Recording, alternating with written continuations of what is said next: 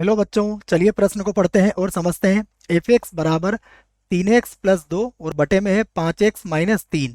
तो तो हमें बताना है कि विकल्प ए, विकल्प बी, विकल्प सी या विकल्प डी में से कौन सा विकल्प हमारा सही है। सभी विकल्पों को अगर ध्यान से देखें तो हमें विकल्प ए, बी और सी में तो एफ इनवर्स ज्ञात करना है और विकल्प सी में हमें एफ ऑफ एक्स का मान ज्ञात करना है। तो बच्चों, प्रश्न को हल करने से पहले प्रश्न के लिए हम मुख्य अवधारणा लिख लेते हैं। तो प्रश्न की मुख्य अवधारणा, जिसकी सहायता से हम इस प्रश्न को हल करेंगे। तो मुख्य अवधारणा में देखिएगा आप, सबसे पहले हमें इस बात की जानकारी होना चाहिए कि इनवर्स वाले जो फलन होते हैं उसको कैसे ज्ञात किया जाता है। तो देखो, यदि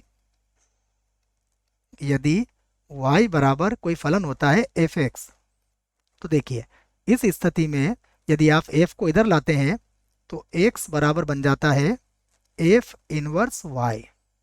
तो ये फलन हो जाता है हमारा एफ इनवर्स y। इस प्रकार हमें इनवर्स फलन को ज्ञात करना पड़ेगा, अर्थात हमें x का मान यहाँ पर ज्ञात करना पड़ेगा। चलिए, अब प्रश्न में जो दिया है फलन उसे लिख लेते हैं। तो देखो, हमें जो फलन दिया है वह है एफ एक्स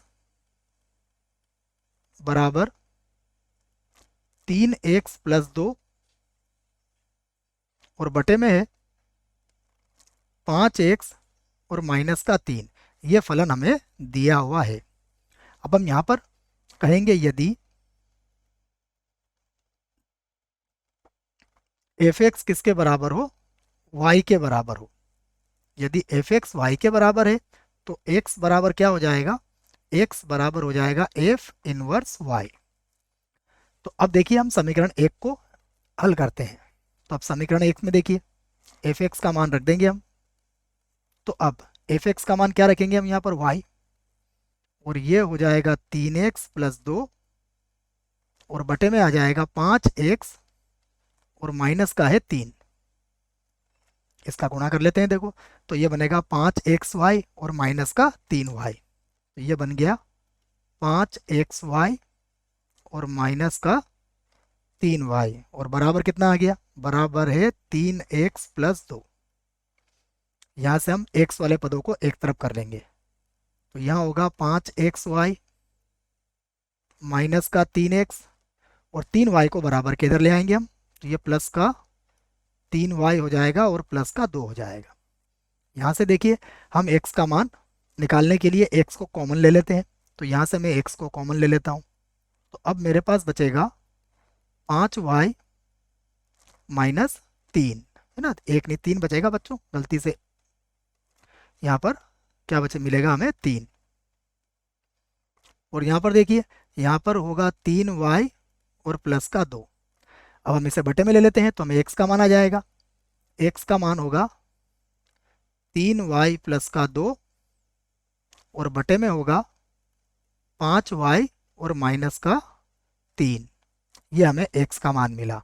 अब देखिए, जैसा कि हमने प्रश्न में देखा था कि x किसके बराबर होगा, x बराबर हो जाएगा एफ इनवर्स y के। तो ये कितना मिला हमें, ये मिल गया 3y, उसके बाद हो गया प्लस का 2 और बटे में यह बन गया 5y और माइनस का 3। यह 2 अगर आपको साफ नज़र नहीं आ रहा है तो इसको मैं दोबारा लिख देता हूँ। तो यहाँ पर 3y और प्लस का कितना है, 2। अब देखिए हम y को क्या करते हैं, y को x से बदल लेते हैं, इस चर को बदल लेते हैं। तो इसी बात को हम ऐसा भी लिख सकते हैं। देखो, या एफ इनवर्स x बराबर क्या हो जाएगा, बराबर होगा 3x फिर प्लस का 2 और बटे में कितना आ जाएगा, बटे में आ जाएगा हमारा 5x और माइनस का 3। एक तो हमें ये प्राप्त हो गया। इसे हम बना देते हैं समीकरण 1। अब समीकरण 1 की मदद से हम विकल्प को देखते हैं। तो विकल्प में देखिएगा आप, अगर आप ध्यान से देखेंगे तो एफ इनवर्स एक्स बराबर एफ एक्स, और आप समीकरण 1 को देखिएगा।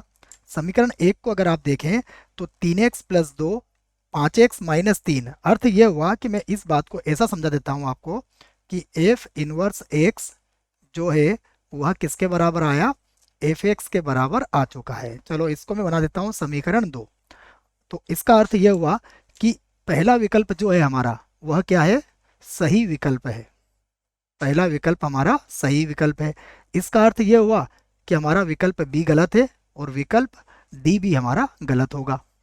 अब हम देखते हैं विकल्प सी। तो विकल्प सी के लिए हमें क्या निकालना पड़ेगा, एफ और एफ का संयुक्त फलन हमें ज्ञात करना पड़ेगा। तो विकल्प सी को भी हम हल कर लेते हैं। देखो तो यहाँ पर देखिए, अब हम ज्ञात करेंगे एफ और एफ का संयुक्त फलन, अर्थात एफ ऑफ एक्स। इसको हम लिखेंगे एफ और बड़े कोष्टक के अंदर यहाँ पर लिख देंगे एफ एक्स। तो देखिए फिर से एफ तो वैसे ही रहेगा। अब एफ एक्स का मान कितना है हमारे पास, एफ एक्स का मान है 3x प्लस का 2 और 5x माइनस 3, 5x और माइनस का 3। अब यही मान फिर से हम रखेंगे, देखो x की जगह पर। अब एक तो इस x की जगह पर और एक इस x की जगह पर फिर से हम रखेंगे इसी मान को। तो देखो मैं यहाँ पर लिख देता हूँ इसे। तो सबसे पहले हम रखेंगे 3 और x की जगह पर कितना आ जाएगा, 3x प्लस 2 और बटे में होगा 5x माइनस का 3 और उसके बाद होगा प्लस 2 और बटे में देखिए, बटे में होगा 5 और फिर x की जगह पर कितना आएगा, 3x प्लस 2 और बटे में होगा 5x माइनस का 3 और यहाँ पर भी कितना है, माइनस का 3। अब जब आप इसका लघुत्तम लेंगे तो लघुत्तम जो आएगा इसका 5x माइनस 3, तो लघुत्तम से तो लघुत्तम इसका कट जाएगा, तो उसे तो मैं लिखूंगा नहीं। ये हो जाएगा आपका ऊपर देखो 3 से गुणा करोगे तो ये हो जाएगा 9x, उसके बाद हो जाएगा प्लस का 6, इधर 5x माइनस 3 को 2 से गुणा करोगे तो ये होगा आपका 10x और माइनस का हो जाएगा 6 और इसके बटे में लिख लेते हैं। देखो यहाँ पर भी 5 को 3 से गुणा करोगे तो यह होगा 15x, उसके बाद हो जाएगा 10 और माइनस 3 का इधर गुणा करोगे तो ये होगा माइनस का 15x और प्लस का हो जाएगा 9। और बच्चों लघुत्तम से लघुत्तम मैंने यहाँ पर काट दिया है, उसे लिखा नहीं है। अब देखो यहाँ पर और क्या कट सकता है, तो आप देखोगे कि प्लस 6 से माइनस 6 कट जाएगा, उसके बाद माइनस 15 से प्लस 15 भी कट जाएगा। तो ध्यान से देखो ये हमें क्या मिल गया, मैं इसको लिख देता हूँ। देखो बराबर 10x और 9x कितना हो जाएगा, 15x। तो यहाँ पर हम लिख देंगे 15x और बटे में भी कितना आ जाएगा, देखिए बटे में आ जाएगा 10 और 9 को जोड़ोगे, ये ऊपर बच्चों 19x आएगा, है ना, थोड़ा गलत बोल दिया मैं उसके लिए माफ़ी चाहूँगा। 10 और 9 जुड़ेगा तो 19 आ जाएगा, ठीक है। तो ये होगा 19x और यहाँ पर 10 और 9 ये भी कितना हो जाएगा, 19 हो जाएगा। तो बराबर कितना आ गया, अगर कटेगा 19 से 19 तो यहाँ पर मिलेगा हमें x। इसे हम बना देते हैं समीकरण 3। अब देखते हैं क्या यह विकल्प सी को संतुष्ट करेगा। तो विकल्प सी में हमारा कितना आ रहा है, -x आ रहा है, जबकि हमारा कितना आया, प्लस का x। इसका अर्थ हुआ कि यह विकल्प हमारा क्या है, गलत है। आशा करता हूँ बच्चों आपको इस प्रश्न का उत्तर समझ में आया होगा। धन्यवाद।